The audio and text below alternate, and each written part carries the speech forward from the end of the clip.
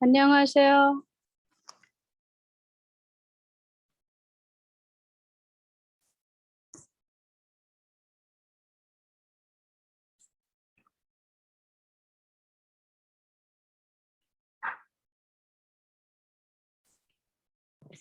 네, 안녕하세요. 안녕하세요. 안녕하세요.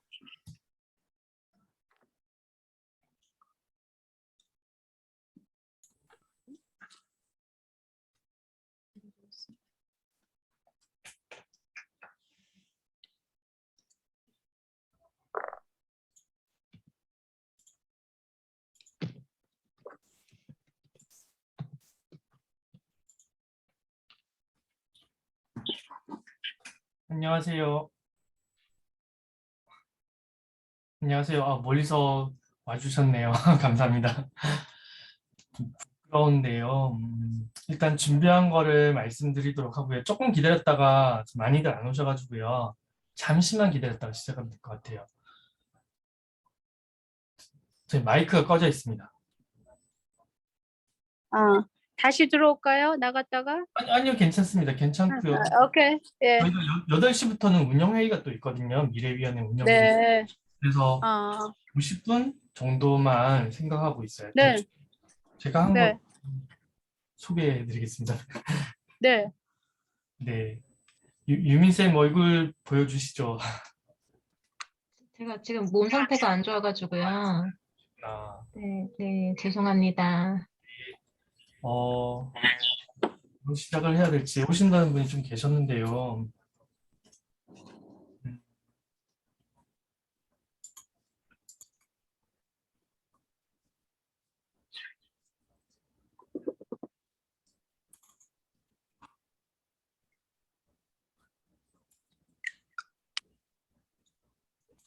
네, 안녕하세요. 안녕하세요. 하노이 최민철입니다. 네. 하노이 한국학교 최영철입니다. 안녕하세요. 누구신가 했어요. 반갑습니다. 네네네. 죄송합니다. 아닙니다. 네, 8시. 좀 구할게요. 네. 8시 네, 지금 격리 중이라서 이 키가 조금 그래서 죄송하지만 음성으로 네, 알겠습니다. 진행하는 거 좀 양해 부탁드리겠습니다. 네.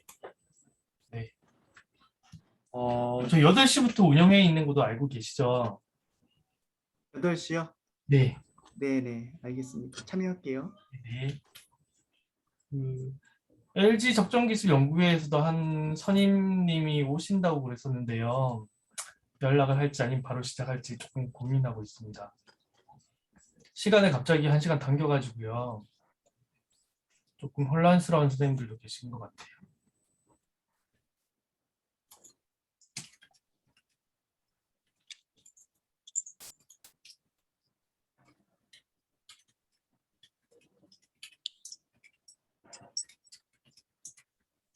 여기 한 5분에 시작하면 될 것 같습니다. 5분에.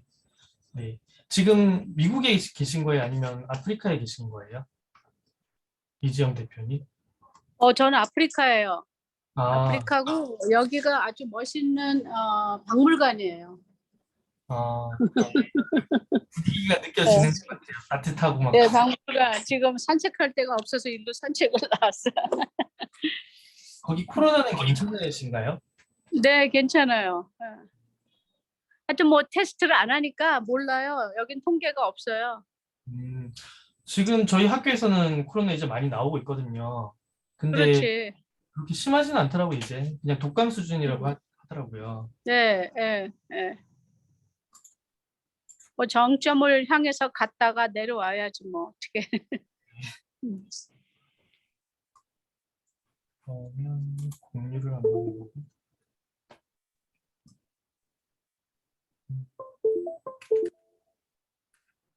진경쌤 지금 들어오신대요. 네. 네네. 오늘 시작하는 걸로 하겠습니다. 네. 철학에 대해서 조금 더 많이 이야기를 할 것 같고요. 그리고 했던 내용들을 말씀드리게 될 것 같아요.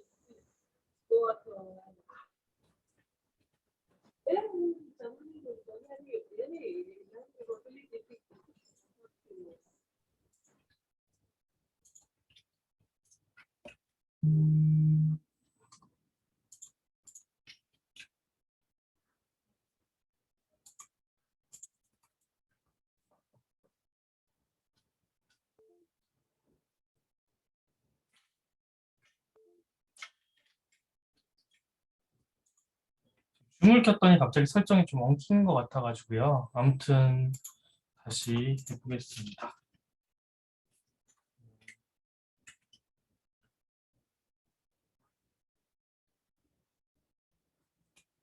네, 그러면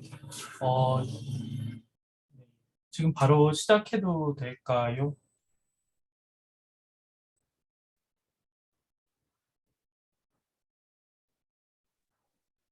유민쌤? 네. 진경쌤 들어오시는데요. 네, 지금 전화했었는데 들어오신다 했거든요. 시간이 애매한가요? 저희 7시로 당겼더니 아니면 아무래도 애기 엄마들은 지금 애들 밥 주고 막 이래서 시간을 괜히 당긴 걸까요? 저희? 얘는 8시에 계속 할 걸 그랬나?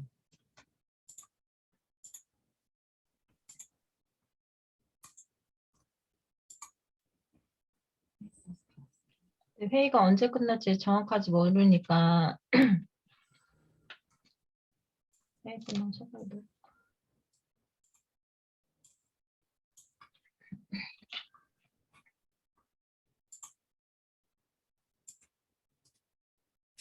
이지영 대표님은 뭐 튕겨나가셨나? 바로 시작해도 될지 모르겠네요. 그러면 시작하도록 하겠습니다. 제목은 적정기술을 교육적 의의와 학교 현장에서의 적용에 관련된 내용입니다. 신경이 계속 쓰이네. 들어오셔야 되는데. 이지영 대표님. 좀 기다렸다가 하면 안 될까요? 네. 그분 들어오셔야 되는데. 8시에는 회의를 해야 돼가지고 그 전에 끝낼 거거든요. 개인톡을 한번 해보시죠. 아프리카에 계시. 예, 그러니까 이게 이게 아니야. 제 말은 아, 문자 한번 보내보시고.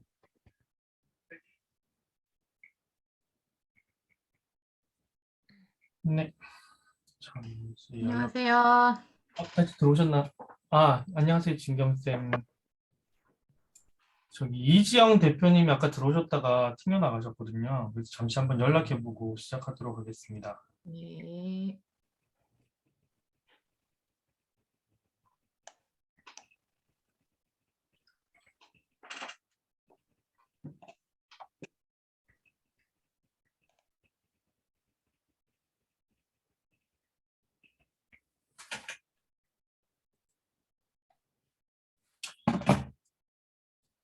네, 시간이 얼마 없는 관계로 빨리 함축적으로 하도록 하겠습니다. 제가 발표할 내용은 적정기술의 교육적 의의와 학교 현장에서의 적용입니다. 네, 내용 말씀드리도록 하겠습니다.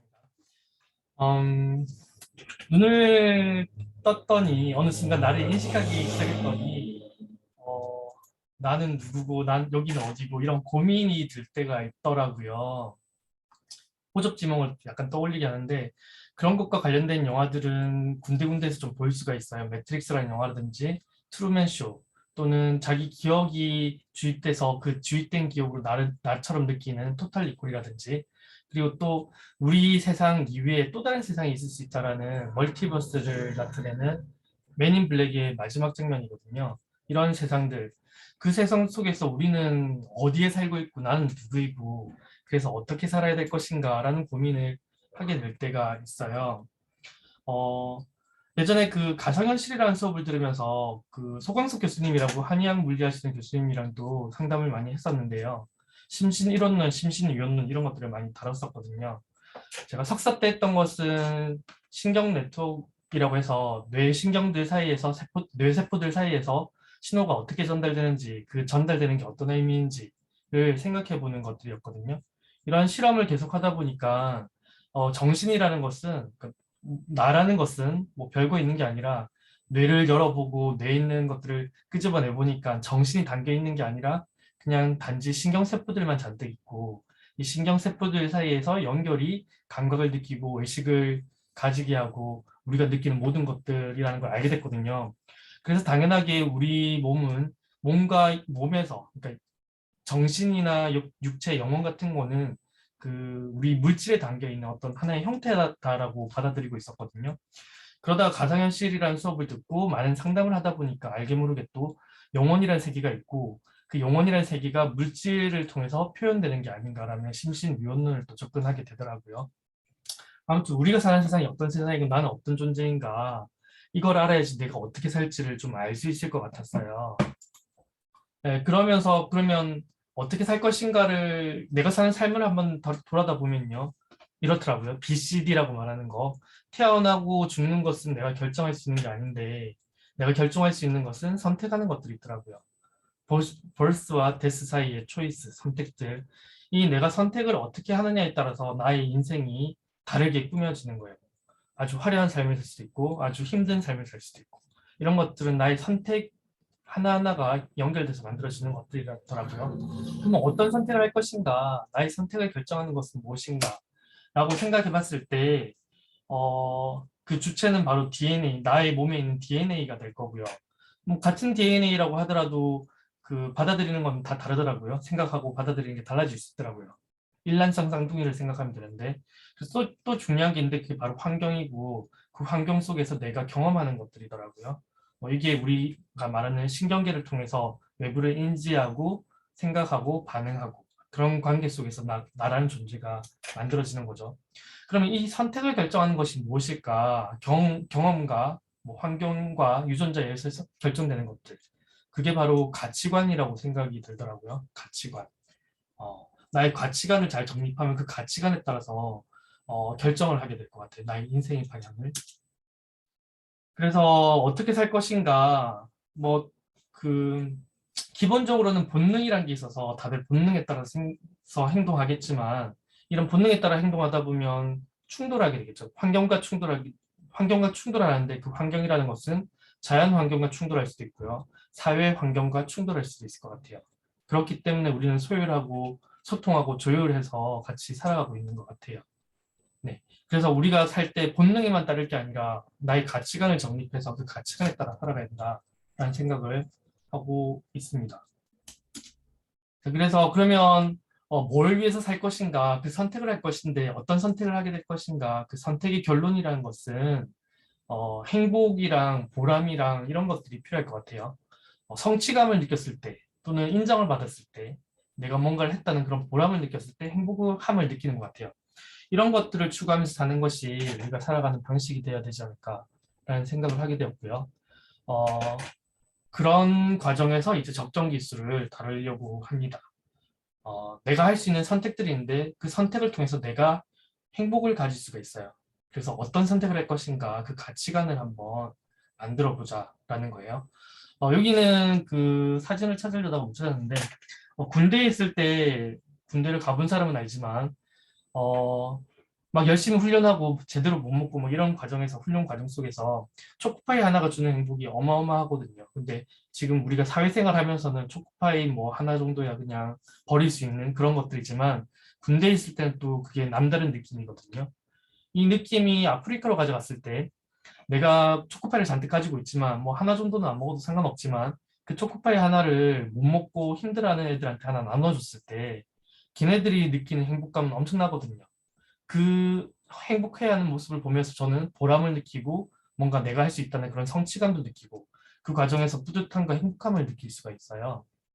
네, 그렇기 때문에 우리의 삶의 그러니까 선택에 있어서 이런 적정 기술에 대한 그런 개념을 가지고 봉사라는 개념을 가지고 접근해 보면 어떨까라는 생각을 하고 있고요. 또 한편으로는 과학을 전공하는 사람으로서 과학 교육에 좀 한계가 있었어요. 열심히 과학을 배우고 과학을 잘 안다라고 했는데 이 과학 배운 내용을 가지고 뭔가 적용해서 뭔가 만들어 보려고 하니까 문제 푸는 거랑 그냥 설명하고 이해하는 건 다 하는데 직접 만들려니까 한계에 부딪히더라고요. 어떻게 만들어야 될지. 이게 알고 보니까 우리 교육의 문제인 것 같아요. 계속 적용해보기보다는 입시를 위한 공부를 하고 풀이를 위한 기술을 연마하는 곳에 조금 많이 중점되다 보니까 실제로 적용을 못하고 있는 것 같더라고요. 이런 과학 교육에 문제가 있었고요. 또 한편 현실의 삶을 봤을 때는 다들 돈을 추구하고 있는 것 같아요. 돈만 있으면 먹을 수 있고 잘 수 있고 뭐 원하는 것들을 다 얻을 수 있으니까. 그래서 직장을 다니는 것도 돈을 벌기 위해서 다니는 거고요. 그런데 이 돈의 속성을 보면 부자들은 돈은 많죠. 그리고 부자들은 다른 사람들보다 좀 더 좋은 것, 좀 더 특별한 것들을 원하게 되고요. 돈을 벌고 싶으면 이 부자들한테 달려들어야 되는데 그러려니까 많은 인력과 시간을 투입해서 연구개발해서 부자들이 원하는 걸 만들게 될 거예요. 한편 그 부자들은 소수인데 비해서 많은 사람들이 가난해요. 특히 우리나라를 벗어나서 전 세계적으로 보면 많이 힘들게 사는 사람들이 많은 걸로 알고 있거든요. 이 사람들은 생존이 엄청 힘들 정도로 못 살고 있는데 돈이 없으니까 뭐 어떻게 할 수도 없고 또 사람들이 그러니까 사람들이 가만히 있으면 이 사람들은 돈이 되지 않기 때문에 따로 접근하지를 않아요. 관심이 없는 거예요. 그렇기 때문에 때로는 이런 사람들이 살기 위해서 뭐 식량을 훔친다든지 이런 범죄에 연루되기까지도 할 수가 있어요. 이런 사회 불균등이 또 여러 가지 문제들을 만들기도 하고요. 그렇기 때문에 우리가 생각해 볼 수 있는 거는 사실 그 부자들이 원하는 거 하이테크 뭐 아주 복잡한 것들은 우리가 접근하기 힘들지만 이렇게 가난한 사람들을 봐보면 아주 하이테크를 원하는 게 아니라 생존에 필요한 아주 단순한 것들을 원할 때가 많거든요. 이게 이제 과학교육에서 가지고 있던 현실에 적용할 수 있는 과학에 대해서 접근해 볼 수가 있을 것 같고요. 이런 생존의 문제들은 중학교 수준이면 충분히 해결할 수 있는 그런 지식일 것 같고 그 아이디어에 전문가의 자문을 조금 덧붙이면 문제를 해결할 수 있을 것 같아요.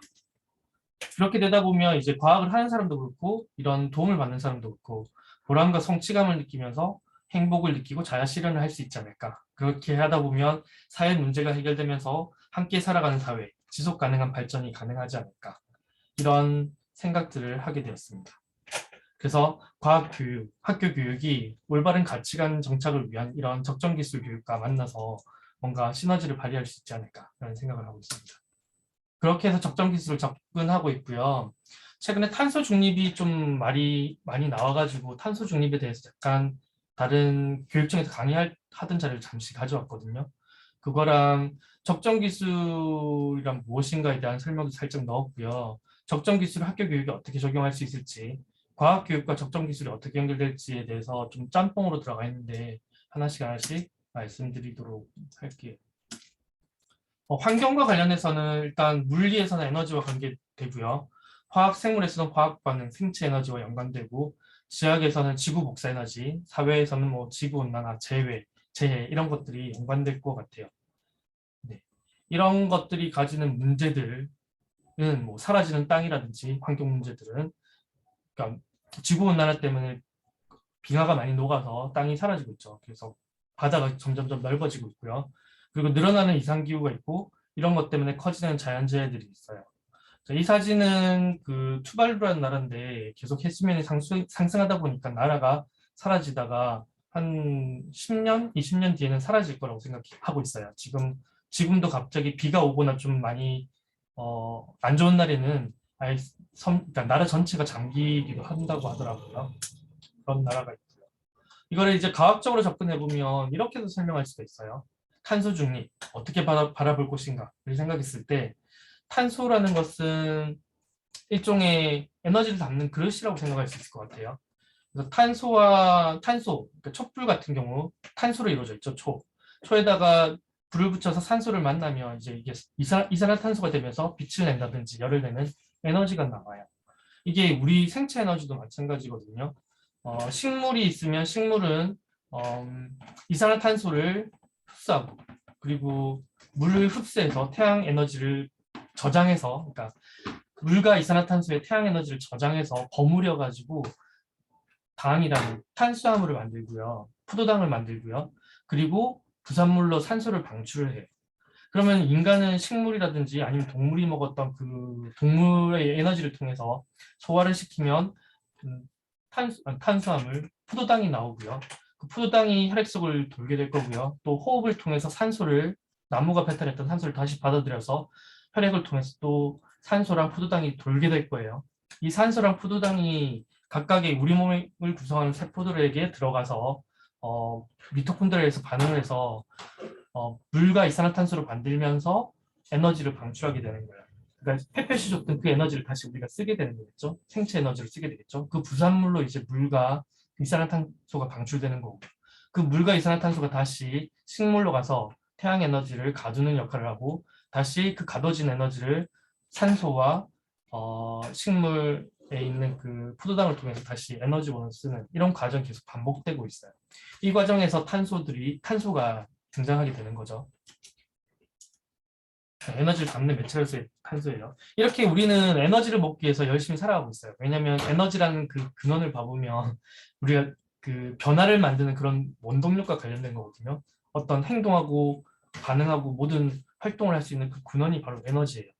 그래서 에너지가 없으면 인간은 죽게 되고요. 그렇기 때문에 에너지를 구하기 위해서 열심히 다른 동물을 잡아먹는다든지 이렇게 에너지를 뺏는 작업을 하고요. 한편으로는 우리의 에너지를 가져가려는 동물의 위협으로부터 도망다니게 될 거예요. 이런 과정들.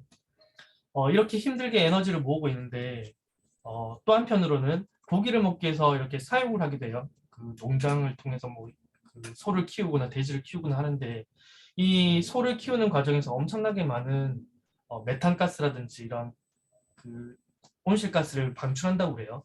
아무튼 이게 다 우리가 에너지를 얻기 위한 과정인데요.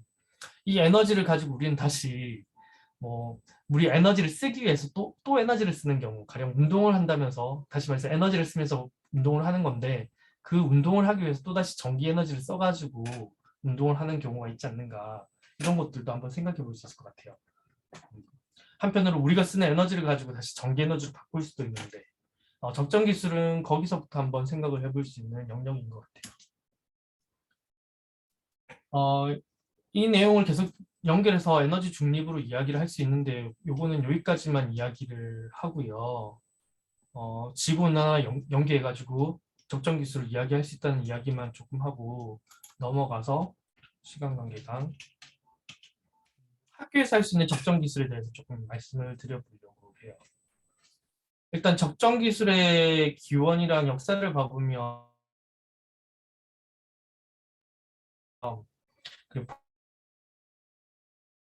빅터 파파넥이 나와요. 각각 의미 있는 활동들을 해서 지금의 적정 기술의 개념이 정착되는데 도움을 준 것 같고요. 제가 하려는 것은 적정 기술을 학교에 어떻게 적용할 것인가에 대해서 이야기를 할 건데요. 세상의 문제, 아까 말씀드렸듯이 과학을 통해서 우리가 세상의 문제를 해결할 수 있을 것이다 라고 가정을 하고 이야기를 하는데요. 그냥 무턱대고 해결하겠다고 덤벼들어봤자 해결이 안 되는 경우가 많아요. 방법론에 있어서 문제가 되기 때문에 그런데요. 그 과정을 디자인 띵킹을 접목하면 해결에 조금 도움이 많이 될 거라고 생각합니다. 하나의 예를 들어서 설명한 게 있는데요. 하나의 예를 들어서 설명해 볼게요. 여기 2014년 자료인데 옛날에 제가 만들었던 자료라 가지고요. 아프리카에서 죽는 사람들, 질병으로 죽는 사람들을 봤더니 에볼라가 4,553명, 2014년 3월 이후 아프리카라고 했는데 아마 2014년 15년 사이에 1년 사이였던 것 같아요. 매독으로 죽는 사람이 26,000명, 결핵으로 12만 명, 기아는 20만, 말라리아는 32만, 에이즈는 62만, 이렇게 해서 많은 사람들이 매년 죽어가고 있는데요. 한편으로는 네. 한편으로는 케로신 등 때문에, 그러니까 빛 때문에 더 많은 사람들이 죽어가고 있다고 그래요. 케로신 등이라고 경류인데요. 이 사람들, 아프리카에 사는 사람들의 월급의, 그러니까 연봉의 3분의 1, 3분의 2 정도를 이 등유를 사는 데 쓰인다고 해요. 이 등유를 사가지고 밤에 안 보이니까 불을 켜서 밝히기도 하고요. 또 음식을 할 때, 요리할 때 쓰는 불로도 쓰기도 한데요. 근데 이 등유를 씀으로 인해서 죽는 사망자 수가 이 질병 때문에 죽는 사망자 수보다 훨씬 더 많다고 그러거든요. 그 이유는 뭐냐면 아이들이 밤에 집에 들어가서 공부를 하는데 깜깜해서 안 보이니까 책을 보려고 촛불로 켜가지고 이제 책을 봐요. 근데 잘 안 보이니까 고개를 책 가까이 되겠죠. 그러다 보면 이 등류에서 나오는 그 가스가 바로 코로 다 들어가서 폐 질환으로 많이 죽는다고 그러고요. 또는 자다가 이걸 떨어뜨리거나 깨가지고 화재가 나가지고 또 많이 죽는다고 해요. 이런 전기가 없기 때문에, 빛이 없기 때문에 나타나는 그 문제들을 해결하기 위해서 우리는 아이디어를 한번 내볼 수 있을 것 같아요. 왜 쟤네들은 저렇게 등유를 써가지고 많이 죽게 되는가? 뭐 때문에 저렇게 많이 죽을까? 그 원인은 가난 때문일까? 너무 추상적인 것 같고요. 화재 때문에 많이 죽나? 아니면 연기, 휘발유, 폐병 때문에 많이 죽나? 어두움 때문에 많이 이런 문제가 발생했나? 진짜 원인은 무엇인가? 어떤 문제를 해결하면 얘네들이 그 사망자를 줄일 수 있을까? 이렇게 접근을 해볼 수가 있을 것 같아요. 이거를 우리는 문제 정의라고 하는데요. 제가 바라본 문제 정의는 전기만 있다면 해결될 건데 전기가 없어서 그러네. 정확하게 말하면 그렇게 그 화석연료를 떼우지 않고 빛을 만들면 되는데 화석연료를 써서 그러네 라고 생각할 수 있을 것 같아요. 그래서 연료를 쓰지 않고 거기 있는, 물론 전기가 안 들어오죠. 전기가 안 들어오기 때문에 어떻게 할 수가 없어요. 화석연료를 쓰지 않고 빛을 밝힐 수는 없을까라는 생각을 해보게 될 겁니다. 그래서 생각할 수 있는 게 그럼 그 LED가 에너지 효율이 높고 밝다고 하는데 그 LED를 써보자. LED를 쓰려면 전기가 필요한데 전기가 안 들어오는데 어떻게 할까? 거기는 햇빛이 강하니까 태양광을 쓰자 해서 태양광과 전기를 써서 불을 밝히는 아이디어를 내볼 수가 있을 것 같아요. 그래서 한번 이런 것들을 프로토타입으로 한번 만들어 볼 수가 있어요. 만들어 본 것들이 왼쪽에 나와 있고 회로가 이건데요.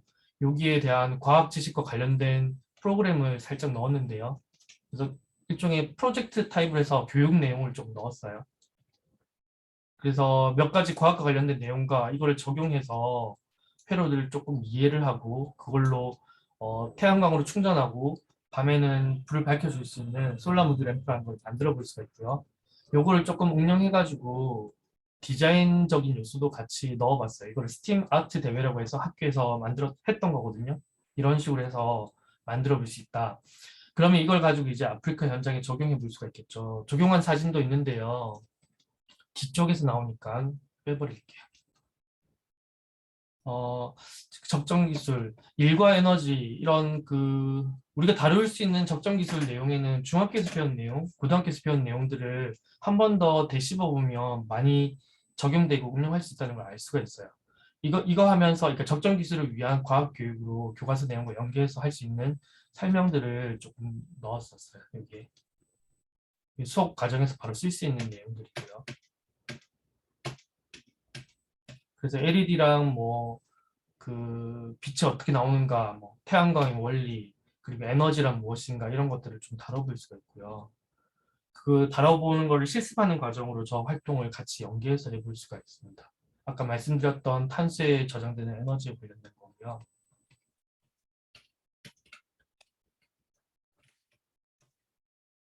이 내용들을 다 넘어가기로 하고요. 이거는 배터리와 관련돼서 그 원리를 화학과 관련해서 이야기하면서 배터리를 만드는 과정, 원리를 설명해 주고요. 그 원리를 바탕으로 한번 애들이 실험을 해서 배터리를 만들어 보게 하고요. 이게 조금 더 발전돼서 리튬이온 배터리로 넘어가서 리튬이온 배터리를 설명하면서 에너지를 저장하는 수단으로서의 배터리를 다룰 수가 있어요. 그 배터리를 다루면서 보조 배터리 만들기 활동을 좀 해봤고요. 나중에는 이걸 가지고 태양광 에너지를 충전하고 핸드폰을 충전해서 쓸 수 있는 거를 하려고 하고요. 그 과정에서 알아야 될 과학 지식들을 물리와 연결해서 설명을 했던 내용들이에요. 리튬이온 배터리가 어떤 의미가 있는가 이런 것들도 이야기했고요. 보조 배터리가 어떻게 만들어지는가에 대한 설명을 통해서 직접 리튬이온 배터리를 통해서 보조 배터리를 만들어 본 거가 있고요. 태양광 패널도 있고요. 그래서 이걸 학교 동아리 프로젝트로도 한번 진행을 해봤어요. 학교에서 이런 보조 배터리를 애들한테 나눠주고 학교 앞에 있는 태양광 패널을 설치해서 여기서 중간에 있는 그림을 봐보시면요. 이 태양광 에너지를 그 컨트롤러를 통해서 배터리에 충전하기도 하고요. 이 배터리를 가지고 다시 220V로 바꿀 수도 있고 이 배터리에서 바로 5V를 뽑아내고요. 뽑아낸 그 5V를 통해서 보조 배터리를 이렇게 누구나 가져와서 충전할 수 있게끔 자석을 연결해서 보조 배터리를 갖다 대면 탈칵하고 붙이면서 바로 충전이 되게끔 만들었어요. 이런 프로젝트도 학교에서 한번 진행해 볼 수 있는 거라고 생각합니다. 그리고 집에서 쓰는 LED 스탠드, 이것도 우리가 만든 보조 배터리랑 LED를 통해서 만들면 좀 효율적이고 밝은 효율적인 걸 만들 수 있다라는 내용들. 물론 적용에 있어서는 이런 것들을 아프리카로 바로 가져가면 아프리카에서 아까 문제가 됐던 그런 그 빈 문제들을 해결할 수 있을 것이다라고 생각을 하는 거예요. 추가로 이제 발전기에 대해서도 이야기를 할 수가 있는데요. 물리적으로 이렇게 설명할 수 있다는 것과 나중에 적용할 수 있다는 것들은 간단하게 언급할 수가 있습니다. 내용이 조금 엉켜 있는데요.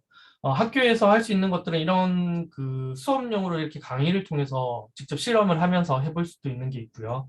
적정기술 아이디어 스케치 대회를 통해서 아까 말했던 공감하기, 문제 정의, 아이디어 내고 프로토타입 만들고 직접 프로토타입을 통해서 실험을 해보고 사람들한테 검증을 해보면서 일단 적용해보는 것들, 이 과정들을 디자인 띵킹을 통해서 중고등학교에서도 해볼 수가 있어요.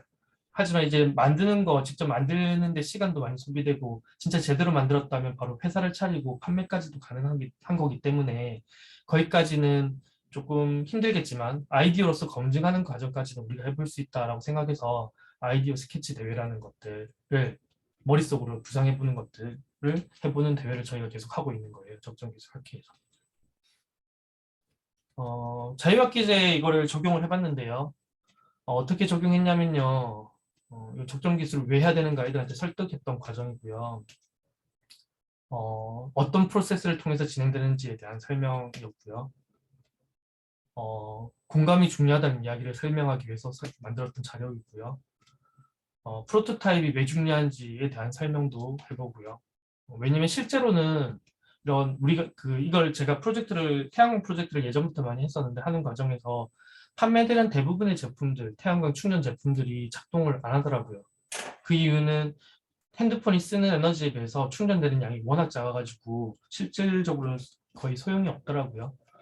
네, 그래서 이런 것들을 아이디어로만 끝나는 게 아니라 직접 만들어보고 한번 확인해 볼 필요는 있을 거예요. 문제를 찾고 해결하기 위한. 그래서 지금 시중에 나오는 대부분의 제품들이 실제로 충전하려고 하면 충전이 안 될 거예요. 이런 검증이 별로 없기 때문에 그랬던 것 같아요. 이게 아까 만들었던 것들 대원국제중학교에서 활동을 했었고요. 해서 이거를 아프리카에 보냈는데 과학교사 단체에서 아프리카에서 교사들을 대상으로 교육을 계속하고 계신 분들이 계셨거든요. 그분들을 통해서 아프리카에 보내서 이 학생들한테 하나씩 나눠줬다고 하더라고요. 네, 그거 사진을 받아서 이렇게 넣었어요. 그래서 이렇게 적용이 가능하다. 이게 바로 적정기술 활동이다. 라는 거고요. 디자인 띵킹 넘어가고. 네, 이거는 방법론에 대한 거. 왜 자꾸 디자인 띵킹을 따라했는가에 대한 설득을 위해서 넣었던 내용들이에요. 저희가 작년에 했던 대회 내용이고요. 그리고 저희가 했던 자료들. 발표 자료들입니다. 자유학기제에 어떻게 적용했냐면요. 한 3년 동안 적용을 해봤는데 처음에는 디자인 띵킹으로 갔는데 애들이 지루했었고요. 아무래도 중1을 대상으로 하다 보니까 두 번째는 이제 실험들을 하나씩 했던 애들이 좋아하더라고요. 그래서 최종적으로는 이게 제일 좋은 타입이더라고요. 보통 자유학기제 하면 2시간 연속으로 하는데요. 2시간 연속으로 하면서 거의 8차시 정도 이루어지더라고요. 그래서 8차시 동안 운영되지만 1교시에는 적정기술 아이디어 스케치 발표를 하고요. 2교시에는 주제가 있는 적정기술에서 실제로 어떻게 적용됐는지 과학 원리를 설명하고 직접 그 원리를 바탕으로 한번 만들어보는 활동들을 매 차시마다 진행했더니 아이들이 많이 좋아하더라고요. 저희가 대회를 이번에 만들었을 때 여러 차례 애들이 발표를 하게끔 만들었는데 그 이유가 보통 대회를 하면 막판에 닥쳐가지고 막 하다가 발표하고 끝내버리거든요. 그러다 보니까 많이 준비 안 된 상태에서 약간 호황된 이야기를 하고 끝나는 경우가 대부분인데 그걸 없애기 위해서 계속 반복하고 피드백 받고 보완하고 이 과정을 좀 넣으려고 했었던 거고요. 중학교에서는 8차시에 걸쳐서 계속 애들한테 발표를 시켰어요. 처음에는 세상의 문제를 찾아보자 해서 찾아보고 애들한테 설득시켜라 라고 하면서 계속 발표를 하면 애들이 약간 그 자료의 근거에 대해서 따지고 물어본다든지 아니면 현실 가능한지 물어본다든지 계속 질문을 던지니까 생각해보면서 계속 보완을 하게 되더라고요. 그 과정을 거쳐서 계속 문제가 진짜 사회의 문제가 되는지 확인해보고 발표하고 피드백 받고 보완하고 다음 시간에 또 발표하고 보완됐으면 그 다음 단계로 넘어가서 이제 아이디어를 내보고 그 아이디어 발표하고 애들이랑 또 토론하고 그래서 또 보완하고 해서 프로토타입 만들고 발표하는 과정까지 거의 계속 발표를 시키면서 계속 보완하면서 만들어가는 과정을 훈련시켰고요. 2교시는 아까 말씀드린 대로 이렇게 그 아이템을 가지고 하나하나 실험하면서 이 과학 개념이 이렇게 적용될 수 있구나 라는 것을 확인할 수 있도록 했습니다. 디자인 띵킹은 솔직히 할 이야기가 좀 많고요. 그 정성이 좀 많이 들어가고요. 그만큼 애들이 많이 발전을 하는 것 같아요. 2교시에 쓸 수 있는 재료들로는 다양한 것들이 있는데요. 가령 디자인 띵킹에 대해서 설명하는 거라든지 에너지와 일에 관련된 거라든지 뭐 에너지 보존과 엔트로피, 직류와 교의 차이점 이런 걸 통하면서 그 모터를 만든다든지 아니면 뭐 변압기를 만든다든지 이런 것도 할 수 있고요. 전자기 유도, 태양광, LED 뭐 이런 것들을 하나하나 개념을 바탕으로 실험으로 연결해서 해볼 수 있는 내용이라는 거고요. 몇 가지 해본 것들을 보여드리면요. 아까 그 고기 이야기를 잠시 했는데요. 그 소 한 마리를 키우면서 엄청나게 많은 메탄가스랑 이산화탄소가 만들어지고 농작지가 파괴되고 그렇다고 하더라고요. 반면에 곤충은 엄청나게 좋은 단백질 원이면서 그런 환경 폐해도 안 만들고 뭐 여러 가지로 좋다고 하더라고요. 그러면서 곤충으로 만든 과자인데요. 보고 먹으면 먹기 힘들지만 이건 귀뚜라미거든요. 이거는 뭐더라? 이거는 미로님이고요. 보고 먹으면 못 먹지만 모르고 먹으면 먹을만 하더라고요. 이건 새우깡만 나고 둘 다 새우깡만 났던 것 같아요. 맛있어요. 그래서 이거를 갈아가지고 이런 그 쿠키 재료로 같이 넣어서 만든다든지 초콜릿 재료로 만들어서 먹으면 괜찮겠더라고요. 요것도 탄소 중립과 관련해서 한번 해봄직한 활동인 것 같았고요. 오호 만들기가 있는데 이건 나중에 제가 영상으로 좀 보여드리고요. 플라스틱 줄이기, 그래서 물을 담을 수 있는 통이고요. 그리고 에너지, 엔트로피 뭐 이런 것들 설명할 수 있고 페트병 전구는 제가 논문도 쓴 적이 있는데요. 적정기술 파케지에 이게 빛의 원리를 바탕으로 해서 어떻게 얘가 이렇게 전기도 안 쓰고 밝게 밝혀줄 수 있을 것인가에 대한 이야기를 빛의 산란, 난반사, 전반사, 굴절, 본다는 원리 이런 걸 통해서 설명을 한 다음에 효율적인 이런 페트병 전구를 만들기 활동을 해볼 수 있을 것 같아요. 애들하고 실험했던 내용들입니다. 굴절, 반사, 직진, 뭐 전반사, 산란 이런 거 실제로 밝아지는 거 확인해 볼 수가 있고요. 이게 오호 만들기고요. 이야, 야, 이거 가위바위보 진 놈이 먹자. 케이스를 넣어가지고 저렇게 만들었던 거예요. 그래서 그 케이스 없이도 그냥 들고 다니면서 먹을 수 있는 물통이 되겠죠. 팟인팟 쿨러, 그 잡열을 이용한 거죠. 잡열을 이용해서 이렇게 냉장고 형태를 만들 수 있다는 거.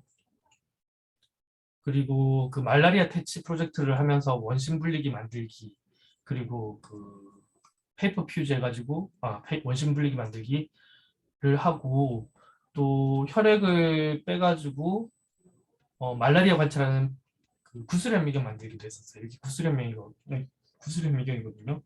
일단 원심 분리기를 통하면 이렇게 혈구와 혈장으로 나눠져 가지고 얘가 빈혈이 있는지 없는지도 확인할 수가 있고요. 그리고 혈구와 혈장 사이에 이 부분에 말라리아의 밀도가 있어가지고요. 요 부분을 관찰하면 말라리아가 있는지 없는지를 확인할 수 있다고 해요. 그래서 볼록렌즈 조그만 조그만 구슬이면 볼록렌즈 역할을 해서 확대해서 그걸 볼 수 있거든요. 그거를 이렇게 종이로 만들어 볼 수 있는 활동도 해볼 수가 있고요. 그리고 전기 에너지 해석하면서 핸드폰 앱을 통해서 핸드폰에 나오는 그 소비되는 전력량 이런 걸 계산해보고 충전할 때 어떻게 되는지, 전류를 얼마만큼 충전하는지, 전압은 어떻게 되는지, 전압과 충전율과는 어떤 관계가 되는지 이런 것들을 조금 이해하는 기회가 될 수 있어요. 이런 활동들도 같이 해보면서 전기 에너지가 어떤 것인지 확인해 볼 수가 있습니다.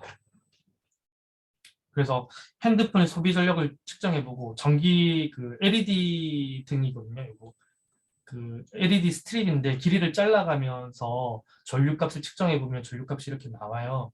그래서 얼마의 전류를 쓰면 얼마의 길이의 LED를 쓰면 몇 시간 동안 쓸 수 있을 것이다. 이것도 계산해가지고 전류를 조금 쓰면서 필요한 만큼의 밝기를 내면서 오래 쓸 수 있는 LED 스탠드를 만들어 볼 수도 있을 것 같아요. 이걸 계산해 보면서요.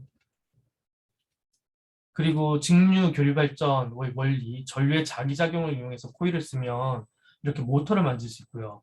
반대로 이제 모터를 억지로 돌려주면 이렇게 전기를 만들 수도 있어요. 그래서 발전의 원리랑 직류와 교류의 차이점 이런 것들에 대한 교육과 에너지 생산의 원리를 알려주고 직접 만들어 볼 수도 있는 거죠. 이거는 전기 전송하는 거와 관련된 건데요. 직류를 교류로 다시 만들어줘 가지고 코일을 통해서 보내주면 그 코일을 통해서 전자기 유도를 통해서 다시 충전할 수 있는 무선 충전 장치를 만드는 거의 원리와 관련된 것들이고요. 이거는 과일 전지의 원리를 바탕으로 해서 볼타 전지로 만들어 보고 이렇게 해서 금속판 두 개를 통해서 높은 전압을 만들어서 LED를 켤 수 있는 것들 얘들하고 실험했던 장면들입니다.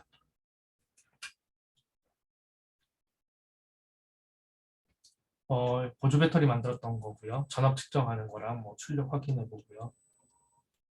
그리고 이걸 만드는 과정에서 단락의 위험성을 애들이 잘 모르는 것 같아서 얼마나 위험할 수 있는지 배터리의 위력을 샤프신 전구를 통해서 확인해 보는 것도 해봤어요.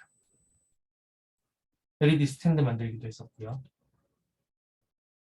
그리고 직류 전원을 활용하면 다양한 걸 쓸 수 있으니까 우리가 이거를 그 에너지 원으로 들고 다니면서 선풍기를 켜거나 LED를 켜거나 스피커를 쓰거나 심지어 핸드폰도 충전하고 이런 것들을 할 수 있게끔 해서 이거를 활용하는 방법에 대해서 같이 교육을 했었습니다. 그래서 전기를 안 쓰고 태양광 에너지를 통해서 보조 배터리에 저장했다가 다양한 곳에 활용할 수 있는 것들에 대한 활동들을 했었고요. 할 수 있는 자료들은 많이 있는 것 같아요. 제가 애들하고 찍었던 사진이 좀 있어가지고요. 그 사진을 조금 보면서 마무리하도록 하겠습니다. 다시 화면 공유를.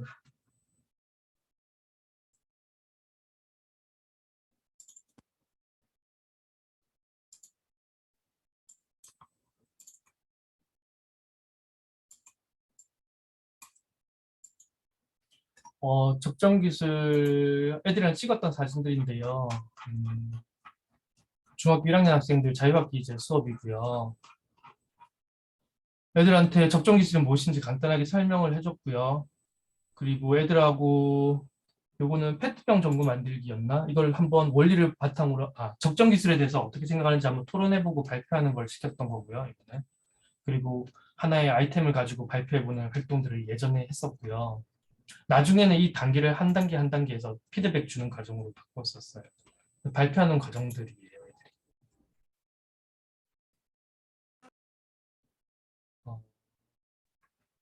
데이터가 조금 느려가지고. 안녕하세요. 저희는 강의장의 아이들이 정리 대화입니다. 저희가 소개한 적성이 좋습니다. 개발도 상부 지역의 여러 면들을 고려하여 이런 식으로 단계별로 계속 발표를 시키면서 계속 그 문제를 찾고 한 단계 한 단계 업데이트하게 하는 거고요. 이게 첫 1교시였던 첫 차시였던 것 같은데 적정 기술이 무엇인지 한번 찾아보고 발표해봐라 라고 했는데 이제 다들 아이템 하나씩 가져와가지고 발표를 시작했던 내용이에요. 그리고 2교시 때 이렇게 그 페트병 전구의 원리를 설명하려고 빛의 굴절, 반사, 전반사들을 설명했던 사진들이고요.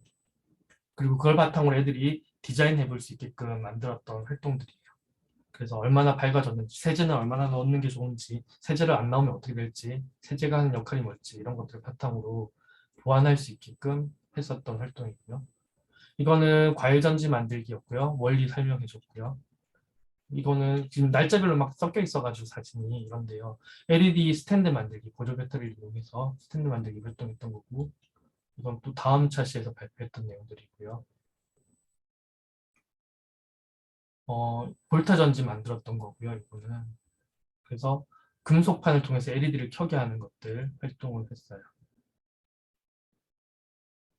그리고 솔라 무드 램프 만들기도 했었고요. 그리고 오후 만들기였고요. 애들하고 했던 거. 이건 애들 발표하는 과정인데 그래서 조금씩 발전해가지고 애들 임산부 배려 자석의 진실에서 문제에 대해서 애들이 발표하는 과정이고요.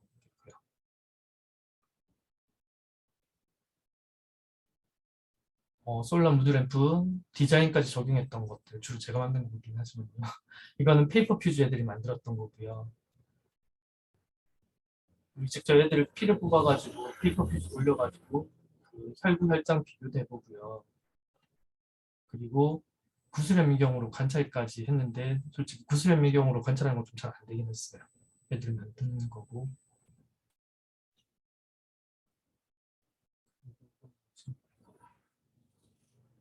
거의 최종 단계에 왔을 때 애들이 발표한 내용들이에요.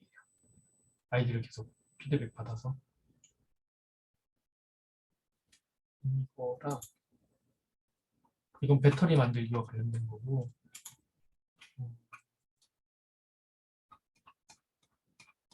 사진이 좀 잘 정리가 되어 있지 않아가지고 막 겹치고 부족하고 막 그러긴 한데요. 이거는 과학교사 모임에서 선생님이 소개해 주신 건데요. 미래는 뭘 먹고 살까라는 주제로 곤충 식량에 대한 이야기를 했었는데 이걸 적정 기술로 적용해 볼 수 있다는 생각을 했었고요. 그리고 LG 적정기술 연구회에서 이건 애들이랑 했던 태양광 프로젝트고요. 학교에서 했던 활동들이고 고등학생들이랑 전류의 자기작용 이야기하면서 모터의 원리를 직접 실험해보는 장면이고요. 코일을 감아서 배터리에 전류를 흘려주면 얘가 회전한다는 거. 제 카카오톡 화면으로 나와 있는데 이거 만들었던 거예요. 모터의 원리. 이거 스피커의 원리도 같다라는 거 보여주고요. 이걸 활용하면 전기를 생산할 수 있다는 것도 이야기를 했던 거고요. 여기는 없는데 비누 만들기도 했었거든요. LG 적정기술연구회에서 비누 만들기도 했는데 위생과 관련해서 비누의 원리를 알고 그걸 통해서 직접 만들어보는 것도 적정기술 활동으로 해볼 수 있는 것 같아요. 이런 식의 활동들을 많이 하면 애들이 좋아하더라고요. 네, 이렇게 해서 적정기술 수업을 프로젝트 형태로도 진행해봤고 학교 수업으로도 연계해서 진행해봤고 자유학기제로도 좀 진행을 해봤었습니다. 네, 여기까지고 혹시 질문 있으면 질문 받고요. 쉬었다가 나중에 운영회의로 들어가도록 하겠습니다. 이상입니다. 감사합니다. 감사합니다. 아, 고생하셨어요. 골고루 엄청 많이 하셨네. 네. 막 선생님 시간에 쫓겨서 그런지 많이 스킵하고 많이 넘어갈 것 같아.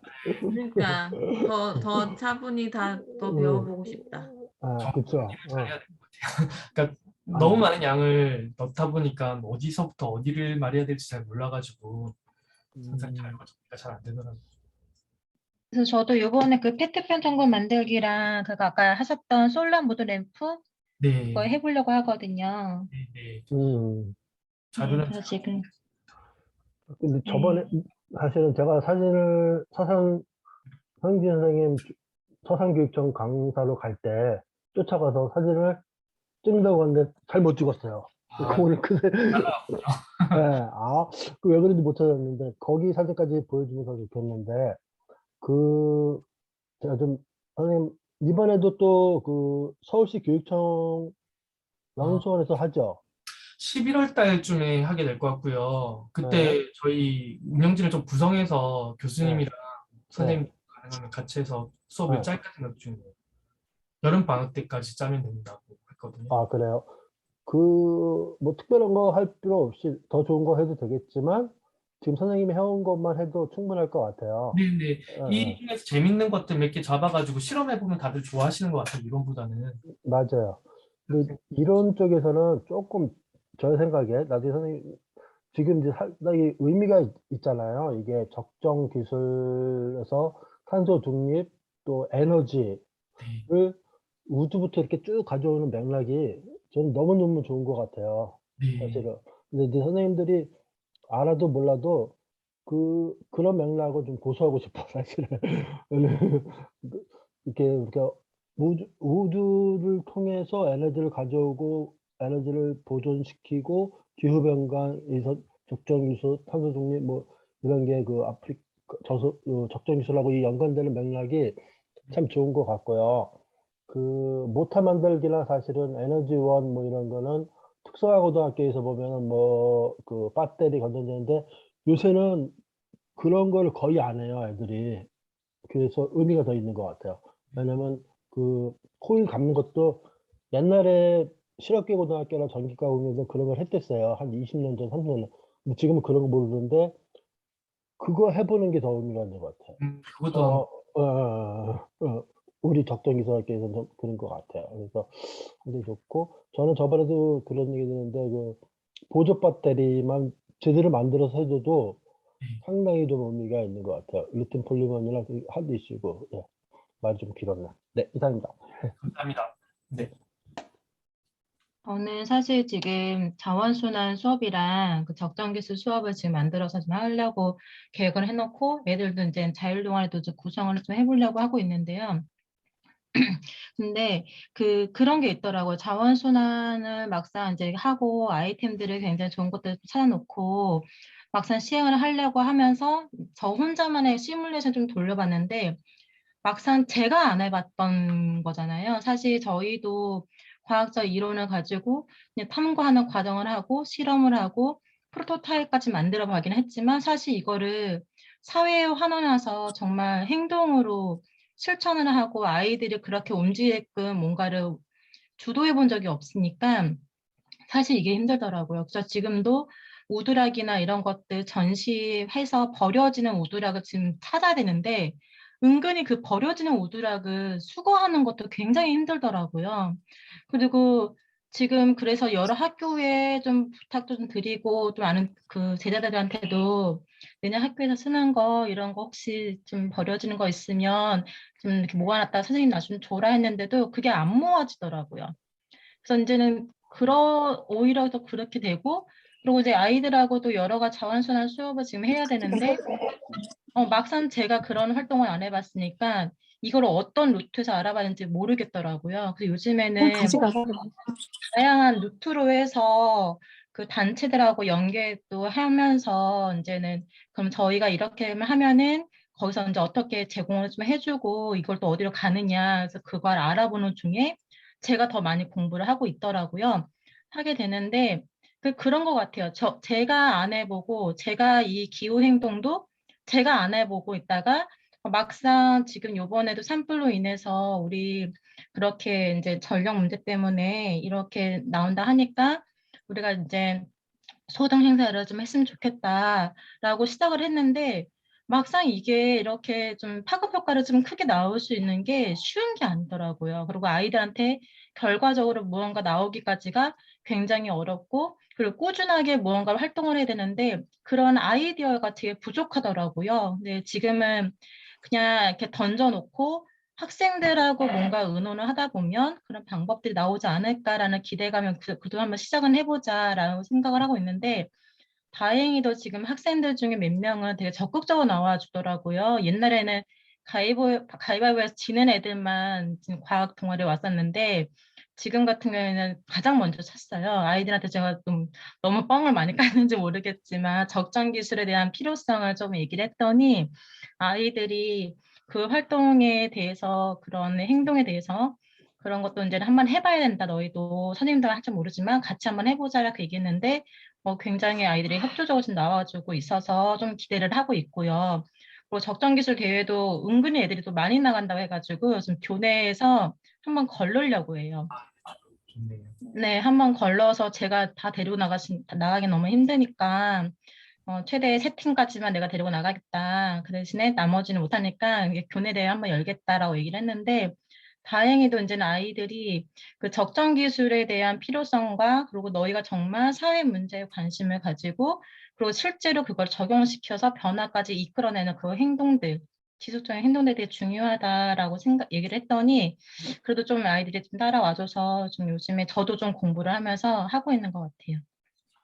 연구회에서 그 업사이클링 관련된 단체에서 발표를 요청드려도 될 것 같아요. 네, 근데 그게 봤더니 그게 강사료가 은근히 비싼데 학교에 있는 예산들은 솔직히 실험 위주의 실험 재료비만 해도 지금 빠듯하거든요. 빠듯한데 그런 강사분들하고 아이들하고 다이렉트로 뭔가 하면서 그 과정들을 설명받기가 너무 어렵더라고요. 그리고 이제 저도 그런 업사이클을 하는 업체나 이런 데다가 이제 문의를 해서 그 과정을 설명받고 싶은데 이분들이 분명히 제가 과학 교사라고 얘기했는데도 그냥 대충 설명만 해줘가지고 도대체 어떤 원리에 의해서 페트병 뚜껑이 건물 자재로 들어가는지 모르겠더라고요. 근데 그러한 이제 업사이클링과 관련해서 그러면 이것들이 어떻게 분리가 되고 그 우리가 그 살균 우유팩도 마찬가지인데 멸균 우유팩도 안에 코팅지하고 그 겉에 있는 코팅지하고 속지가 이 세 개가 분리가 된대요.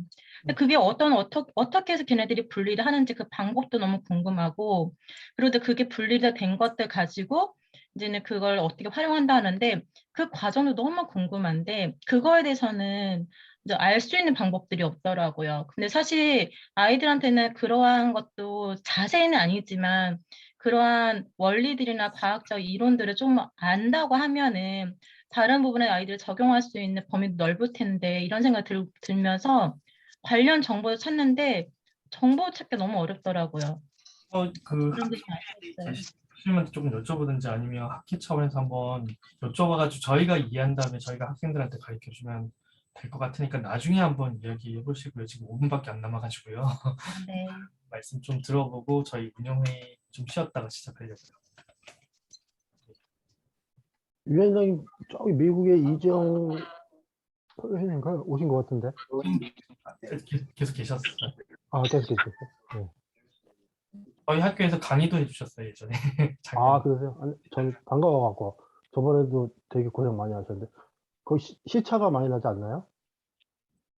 네네, 괜찮아요. 여기 지금 탄자니아예요. 미국이면 좀 괜찮은데 아, 그래서 어, 저는 지금 이제 다 선생님들이시고 아주 실제적인 토론이 돼서 반갑습니다.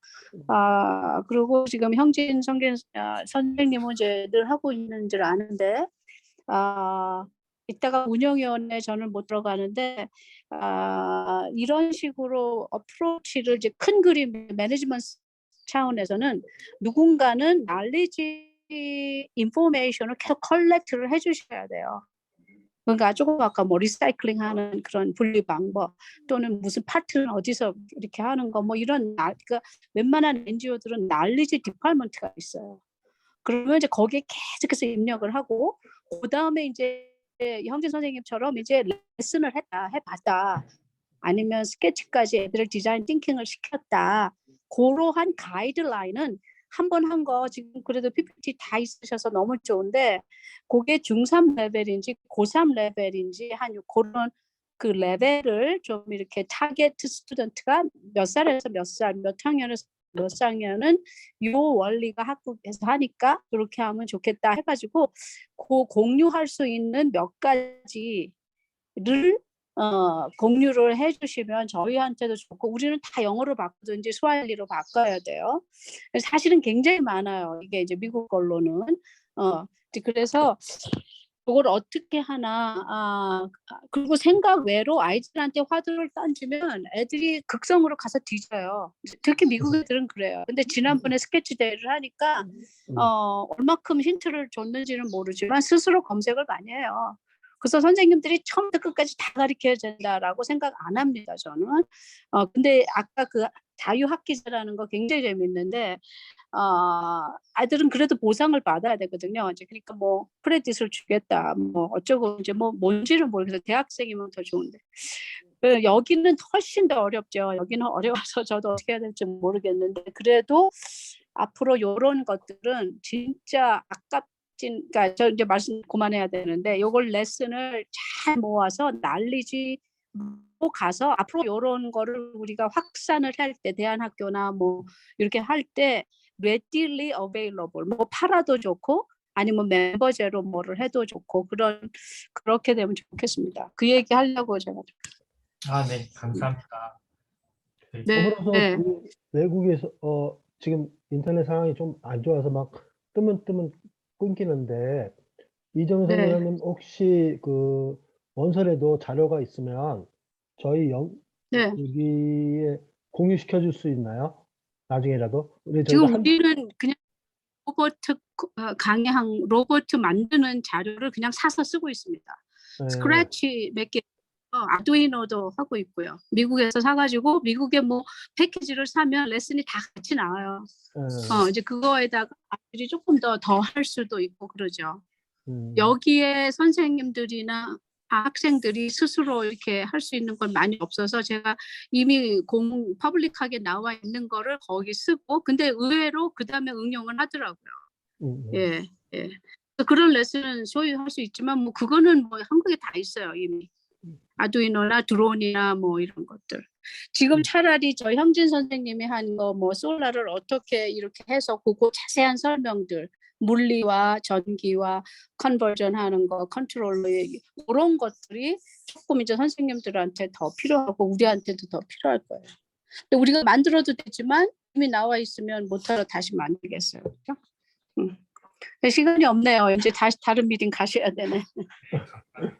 이재현 대표님은 아프리카에서 ICT 교육을 하고 계시거든요. 아프리카 아이들한테. 스템, 네. 네, 감사합니다. 최경철 선생님. 네, 감사합니다. 네, 김윤철 선생님. 최경철 선생님이세요? 아까 예. 제가 카톡 그룹에 있으니까. 알겠습니다. 최경철 선생님이랑 김유춘 선생님 혹시 하실 말씀 있으시면 하시고 저희 쉬었다가 운영회의로 들어가려고 해요. 네, 뭐 이따가 운영회 시간에 또 말씀드리도록 하겠습니다. 알겠습니다. 혹시 네. 저도 필요한 자료 제가 좀 다쳐가지고 만들어도 되는데 저희 이 이후에 같이 있을지 좀 제가 네. 예, 몸이 좀 너무 불편해가지고 네, 알겠습니다. 예. 진경 쌤 혹시 말씀 없으시면 저희 한 5분에 시작할까요? 운영회의. 네. 좀 이따가 뵙겠습니다. 네.